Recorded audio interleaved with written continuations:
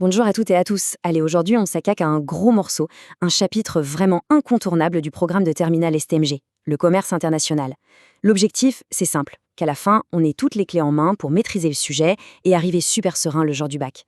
C'est un sujet qui peut paraître complexe, mais en vrai, c'est passionnant. Allez, c'est parti. Et pour bien comprendre de quoi on parle, rien de mieux qu'un exemple tout simple. Un objet qu'on a tous sur nous, le smartphone. D'où est-ce qu'il vient, vraiment? La marque, elle est peut-être américaine ou coréenne, mais en réalité, son histoire est complètement mondiale. Pensez-y, la puce est conçue quelque part, l'écran est fabriqué dans un autre pays, et tout ça est assemblé encore ailleurs. Ce petit voyage autour du monde, eh bien, c'est pile l'illustration parfaite de la mondialisation et de la complexité des échanges qu'on va décortiquer ensemble. Et bien sûr, tout ce qu'on va aborder, ça a été pensé spécifiquement pour l'épreuve du bac. Les points qui s'affichent là, ce sont les compétences officielles du programme. On va les prendre une par une, les décortiquer pour être sûr que rien ne nous échappe. C'est un peu notre checklist de révision, en quelque sorte. Allez, on attaque la première partie. Pour bien comprendre le jeu, il faut d'abord jeter un œil au terrain.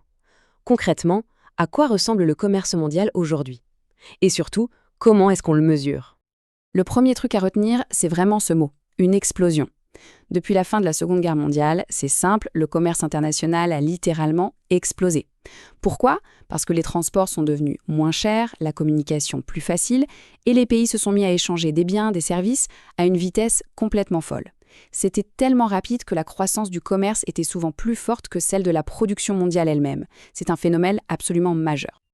Ok, mais on échange quoi au juste? Bon, le graphique est assez clair là-dessus.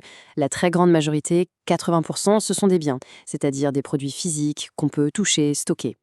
Le reste, les 20%, ce sont les services. Ça peut être du tourisme, des assurances, des services informatiques. Et d'ailleurs, cette part-là, elle ne fait que grandir. Et si on regarde d'encore plus près, dans cette grosse part de 80% de biens, qu'est-ce qu'on trouve? Eh bien, ce sont surtout les produits qui sortent des usines, les fameux biens manufacturés, qui sont les vraies stars du commerce mondial. Pensez aux voitures, aux médicaments, aux vêtements. Tout ça, ça représente à peu près 70% de toutes les exportations de biens. C'est énorme. Alors, pour suivre tous ces flux, les États ont un outil hyper important. C'est une notion à connaître absolument par cœur pour le bac, la balance des biens et services. Faut imaginer ça comme le grand livre de compte du commerce d'un pays. C'est tout simple. D'un côté, on note tout ce qui sort du pays, ce qu'on vend, les exportations, et de l'autre, tout ce qui rentre, ce qu'on achète, les importations. Et à la fin de l'année, on fait les comptes. Le calcul est simple et il n'y a que deux résultats possibles. Soit on a vendu plus qu'on a acheté, les exportations sont plus grandes que les importations. Dans ce cas, le pays a un solde positif, on dit qu'il est en excédent. Soit c'est l'inverse, on a acheté plus qu'on a vendu. Là, le solde est négatif, c'est un déficit. C'est vraiment un indicateur clé pour voir si l'économie d'un pays se porte bien. Bon, maintenant qu'on a posé le décor, on sait à quoi ressemble le terrain de jeu. Mais qui sont les joueurs? Qui sont les acteurs principaux sur cette grande scène mondiale? Comment ils s'appellent et surtout comment ils fonctionnent? Alors, l'acteur numéro 1, le poids lourd de la catégorie, c'est la firme multinationale. On dit aussi FMN. La définition précise est là, sous nos yeux, et elle est super importante à retenir. Pour faire simple, c'est une entreprise qui ne se contente pas de son pays d'origine, mais qui part s'implanter directement dans d'autres pays. Et attention, leur poids est juste colossal. Regardez bien ce chiffre. 80%. 80%. C'est-à-dire que la quasi-totalité des échanges mondiaux est liée, d'une manière ou d'une autre, à l'activité de ces FMN. Elles ne sont pas de simples acteurs du commerce, elles en sont carrément les architectes. Et leur stratégie, leur grande idée, c'est d'organiser la production à l'échelle du monde entier. C'est ce qu'on appelle la chaîne de valeur mondiale. L'idée, c'est de décomposer la fabrication d'un produit en plein de petites étapes, un peu comme une recette de cuisine. Et pour chaque étape, on va chercher le pays qui offre le meilleur avantage. Par exemple, les tâches complexes, celles qui rapportent beaucoup, comme la recherche ou le design, eh bien, elles restent souvent dans les pays riches. Par contre, l'assemblage, qui a moins de valeur ajoutée, on l'envoie là où la main-d'œuvre est moins chère. C'est une optimisation à l'échelle planétaire. Et pour mettre en place cette chaîne de valeur mondiale, les FMN ont un outil principal, les investissements directs à l'étranger, qu'on appelle les IDE. C'est quoi? C'est tout simplement l'argent qu'une entreprise va investir dans un autre pays sur le long terme. Par exemple en construisant une nouvelle usine ou en rachetant une entreprise qui existe déjà sur place. On peut dire que c'est un peu le bras armé des FMN pour conquérir le monde. Évidemment, cette façon d'organiser le commerce à l'échelle du monde, ça ne plaît pas à tout le monde, loin de là. Ça se retrouve au cœur d'un débat immense, un classique en économie, qui oppose deux grandes visions du monde. D'un côté, le libre-échange et de l'autre, le protectionnisme. Alors, premier camp, le libre-échange. L'idée de base, elle est assez simple à comprendre. Pour que l'économie mondiale soit la plus efficace et la plus riche possible, il faudrait supprimer toutes les barrières, tous les obstacles au commerce.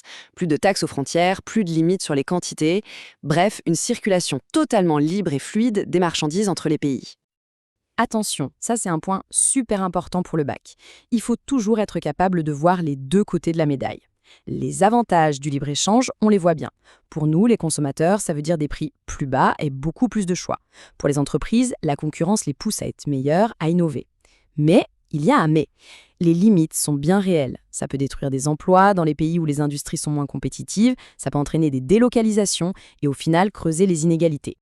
Et de l'autre côté du ring, on a le protectionnisme. Là, la logique est complètement inverse. La priorité absolue, ce n'est pas le commerce mondial, c'est de protéger son propre marché, ses entreprises et ses emplois. Et pour ça, on va chercher à freiner, à limiter les importations qui viennent de l'étranger. Et pour faire ça, un État a toute une boîte à outils. Il y a deux grandes catégories. D'abord, les outils tarifaires. Le plus connu, c'est le droit de douane, une taxe qu'on met sur un produit importé pour qu'il devienne plus cher et donc moins attractif.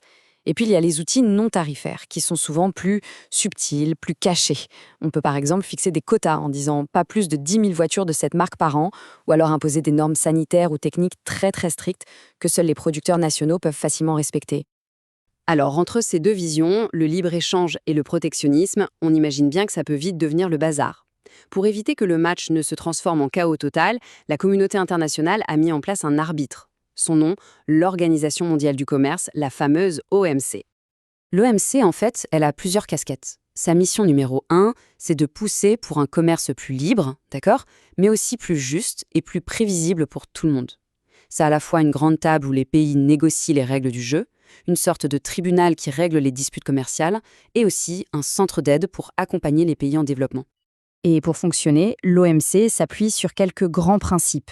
Celui-ci, c'est peut-être le plus important de tous, la clause de la nation la plus favorisée. Derrière ce nom un peu compliqué se cache une idée simple, la non-discrimination. En gros, un pays membre de l'OMC n'a pas le droit de faire du favoritisme.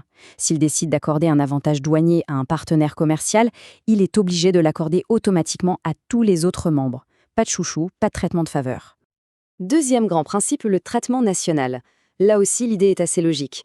Une fois qu'un produit étranger a passé la douane, qu'il a payé les taxes s'il y en avait, eh bien, il doit être traité exactement de la même façon qu'un produit fabriqué localement. On n'a pas le droit de lui imposer une taxe spéciale ou des règles différentes, juste parce qu'il vient d'ailleurs. C'est l'égalité de traitement, une fois à l'intérieur du pays. Et enfin, troisième principe clé, la réciprocité. Le commerce, ici, est vu comme un échange de bons procédés. C'est du donnant-donnant. L'idée, c'est que si un pays fait un effort, s'il accepte de baisser ses barrières pour laisser entrer des produits étrangers, il s'attend à ce que les autres pays fassent le même effort en retour. Ce sont des concessions mutuelles. Voilà, on a fait le tour des concepts vraiment essentiels. On a posé toutes les bases. Mais on ne peut pas se quitter comme ça sans poser la question qui agite un peu tous les économistes en ce moment. Avec les crises qu'on a connues, les tensions entre les pays, est-ce que cette grande vague de mondialisation n'est pas en train de ralentir, voire de s'inverser ? Est-ce qu'on arrive à la fin d'un cycle ? La question, elle reste complètement ouverte et c'est une excellente piste de réflexion à garder en tête pour l'épreuve. Merci d'avoir suivi et surtout, excellente révision.